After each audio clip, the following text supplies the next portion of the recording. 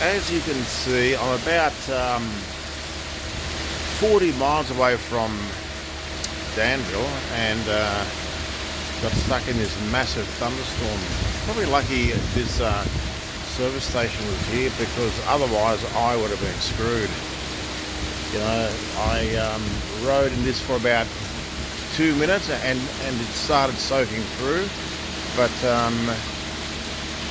I was lucky that this was here, because otherwise now I would be a drowned rat. Pretty freaking wet. I'm gonna wait this out. It takes an hour, it takes two, I don't care. I'm gonna wait it out.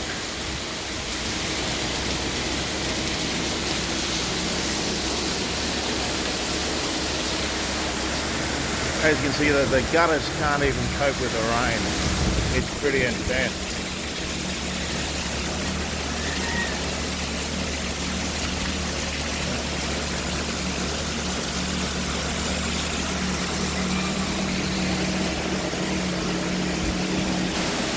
Pretty gusty, man.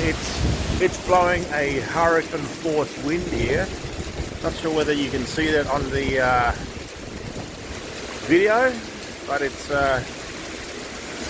pretty intense. I'm glad I found this.